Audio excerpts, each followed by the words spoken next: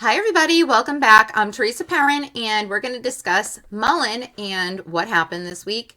Just an overall review and a look at what we're heading into next week.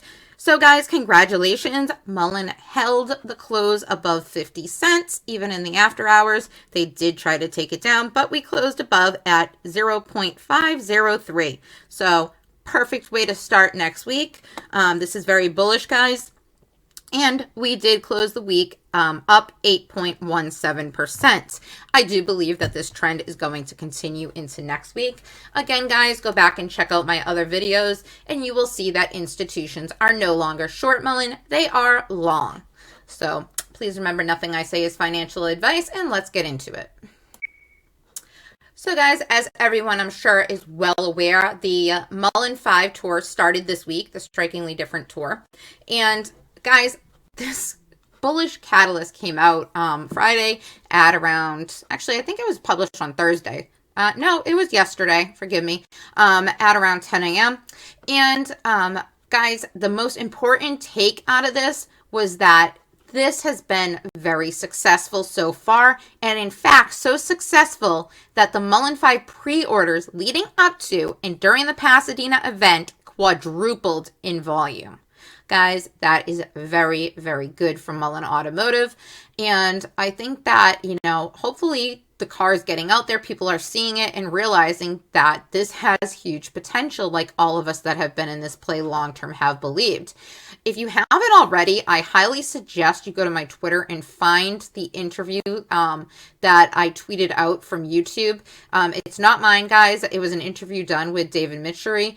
And let me tell you, if that doesn't give you goosebumps and make you feel like, you're in a great play long-term, then I don't know what will. Because, yes, I know David is excellent at PR and putting things out there. But I really believe that his plans and the big picture he's painting and is bringing to fruition are going to be very profitable for investors. Now, again, of course, this company is not yet profitable. So this is like getting in on the ground floor, and it is a high risk play. So I don't suggest, you put all your portfolio. I would never suggest that anyways, but don't put all your eggs in one basket. But I do believe that this company has potential to make great profits going forward. And imagine if somebody, gave you an opportunity to buy Tesla, back when it was trading at $4 a share all over again. I mean, this is kind of where I see ourselves now. Of course, Tesla is a lot more than just an EV company, guys. It has robotics and other things too. So I'm not trying to compare the two and saying that we will ever get to the price of Tesla, but I do believe that it's like getting in on the ground floor of a company. I mean, I think that, 5 years from now, we'll be laughing at the fact that Mullen was trading at 50 cents. So I hope that I'm right.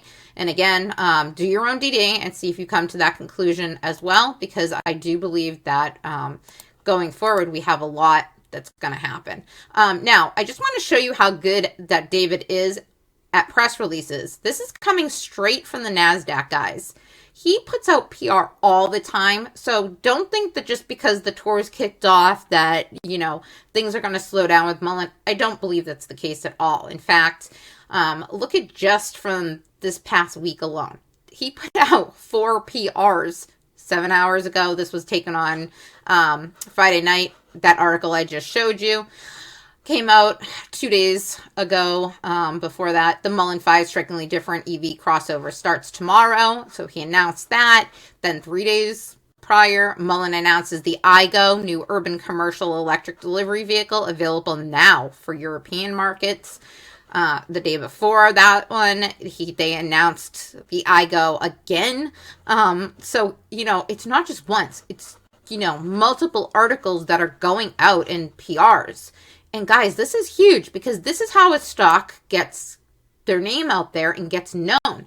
And then just go back. There's something coming out at least almost every week on Mullen, okay? Mullen Automotive taps former GM executive John Schwegman as Chief Commercial Officer for next phase of EV growth. Mullen continues acquisition path with purchase of Elms assets, including factory in Mishawaka, Indiana, enabling EV production for retail and commercial vehicle lines. Mullen Automotive's Strikingly Different tour kicks off in California this October October, and in Nevada, November 22nd. And then on September 21st, Bollinger Motors and Wabash announced joint development to produce last-mile refrigerated delivery electric truck. Now, guys, my point in showing you this is you can go to the NASDAQ and look at this. And you can go back, and there's pages and pages and pages of Mullen PR. So don't think that during, this tour, that David's going to slow down with these PRs. I'm sure he's going to be pumping them, and I'm looking for this stock to grow, guys. I'm hoping that we can get back above $1 before we even have to consider any kind of a reverse split, and I definitely believe it's a possibility, especially since we have institutions on our side. Now, just so that you know, 67% of all trading on Friday was done in the dark pool. And there's something wrong with Market Chameleon because it's no longer showing the past 20-day averages for some reason. And it's not just on this stock, guys, because I've checked it on several and it's the same thing. So I just think something's wrong with their system in calculating that. But 13% of the stock's volume in Mullen today were large sweep orders. Again, sweep orders are market participants aggressively taking direction in one direction or another. Guys, I do believe they tried to hold this under 50 cents, but they lost control at the end of the day and put all of those contracts in the money. Hopefully some people exercise them, because that's what's going to put pressure for failure to delivers and things like that on them. And then large block trades, guys, accounted for 42% of the volume on the day, which has been the average in the past 20 days, believe it or not. So that's institutions or big money taking positions. This is not market traders. So they're loading up too. Make no mistake about it. And I can't wait to see new filings showing how much they bought, guys, because I'm telling you, I really believe that they're going to send this stock flying. Now, the short interest, it's very, very possible we could have a short squeeze, and it could lead to a gamma squeeze as well, guys. The short interest is 17.97%. There's only 1,500,000 shares available for them to borrow, and I know that seems like a lot, but based on the size of the float, guys, it really is not. And the cost to borrow is increasing 17.72 to 27.92%.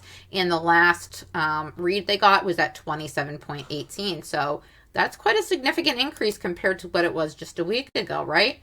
Now, the short volume ratio, believe it or not, there's still people crazy enough to be short in Mullen because it's been between 25.37 and 57.50%, with Friday being at 45.83%.